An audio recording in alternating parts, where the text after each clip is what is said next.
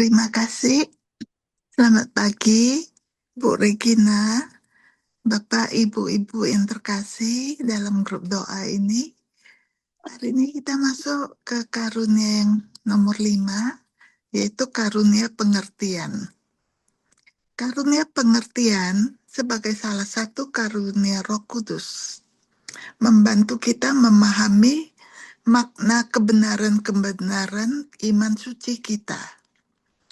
Melalui iman, kita mengetahuinya, tetapi melalui pengertian, kita belajar untuk menghayatinya dan menikmatinya. Karunia ini memungkinkan kita untuk menembus makna terdalam dari kebenaran yang diwahyukan, dan melalui kebenaran itu, kita diperbaharui dalam hidup. Iman kita pun tidak lagi mandek dan tidak berbuah, melainkan menginspirasi cara hidup yang menjadi kesaksian hidup atas iman yang kita miliki. Kita mulai hidup layak di hadapan Allah dalam segala sesuatu yang berkenan kepadanya dan bertumbuh dalam pengetahuan akan Allah. Apa itu karunia pengertian? Karunia pengertian adalah kemampuan dari Roh Kudus untuk mengerti secara mendalam hal-hal rohani, terutama kebenaran iman, makna kitab suci, dan misteri Allah, bukan hanya dengan pikiran, tetapi dengan hati. Bukan sekedar mengerti ajaran, tetapi menyelami dan merasakan kebenaran itu secara pribadi dan hidup. Karunia ini memungkinkan kita untuk menerima misteri iman dengan penuh keyakinan, melihat makna yang tersembunyi di balik sabda Tuhan, mengerti kenapa Tuhan mengizinkan sesuatu terjadi meskipun logika tidak bisa menjelaskannya.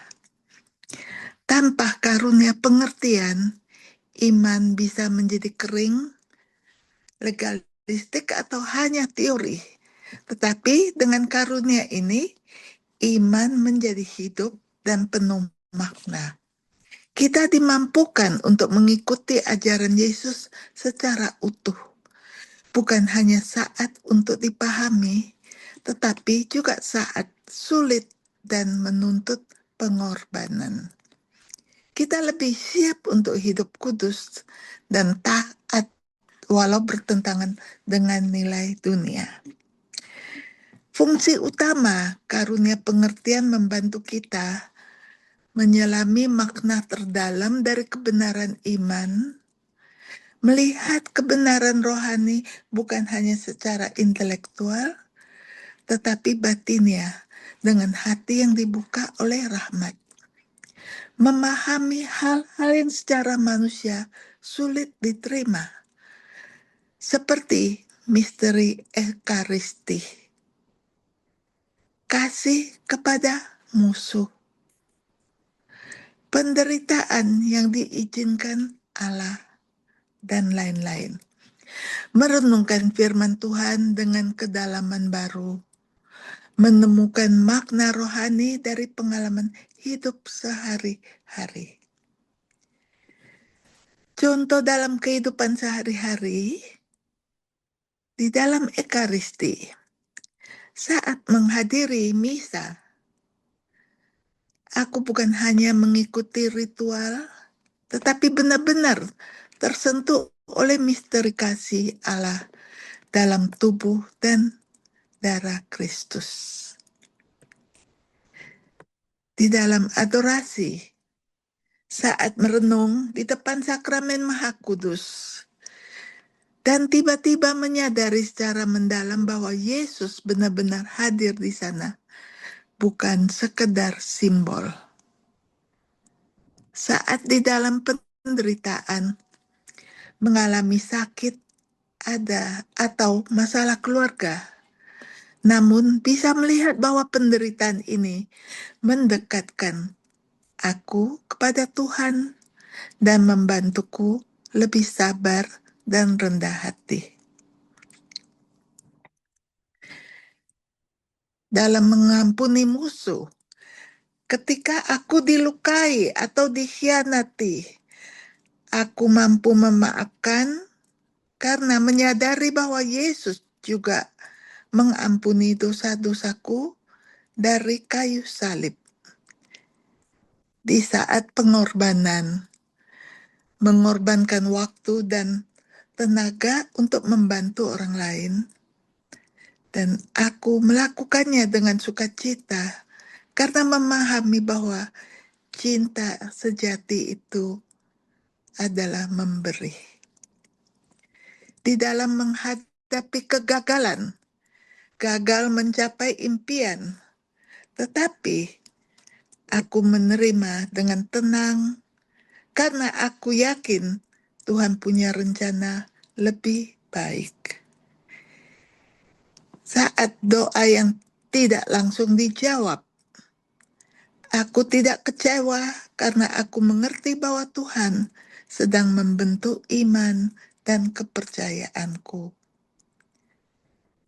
Di saat mengasihi orang yang sulit dikasihi, aku bersabar pada anggota keluarga yang keras kepala karena aku mengerti mereka juga sedang terluka. Saat menyerahkan keputusan besar kepada Tuhan, tidak mengandalkan logika semata, tetapi berdoa sungguh-sungguh dan percaya pada penyelenggaraan ilahi. Tidak membalas kejahatan dengan kejahatan, karena mengerti makna salib dan pengorbanan Kristus. Saat membaca ayat, kasihilah musuhmu, aku mengerti bahwa ini adalah kasih Tuhan sendiri yang bekerja dalam diriku, bukan kekuatanku sendiri. Dalam pengertian akan kehidupan rahmat, aku menyadari bahwa dosa ringan yang tampak sepele, seperti menggosip atau kemarahan kecil, sebenarnya melukai kasih Allah dan melemahkan kehidupan batinku, sehingga aku terdorong untuk bertobat dan menjaga kekudusan hati. Kejelasan akan tujuan akhir, yaitu surga. Aku semakin mengerti bahwa hidup di dunia hanyalah sementara, dan kita diciptakan untuk bersatu selamanya dengan Allah di surga. Mari kita buat pemeriksaan batin, refleksi harian. Apakah aku mencari makna rohani dalam pengalaman sehari-hari? Apakah aku pernah merasa tersentuh oleh sabda Tuhan dan mengubah cara pandangku? Apakah aku sudah merenungkan makna dari penderitaan yang kualami? Ketika menghadapi orang yang menyakitiku, apakah aku cenderung membalas atau mengampuni? Apakah aku merasa kecewa saat doaku belum dijawab? Atau aku tetap percaya pada kehendak Tuhan? Apakah aku percaya bahwa Tuhan memegang kendali atas hidupku, bahkan ketika situasi tampak kacau? Ketika rencanaku tidak berjalan sesuai harapan, apakah aku tetap tenang dan berserah, atau aku memberontak dan kecewa? Apakah aku melihat tangan Tuhan di balik setiap kejadian hidupku, termasuk yang menyakitkan atau membingungkan?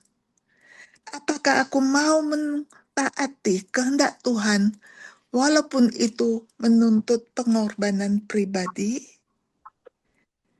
Apakah aku pernah berkata iya kepada Tuhan, meskipun hatiku belum sepenuhnya siap, karena aku percaya rencananya lebih baik.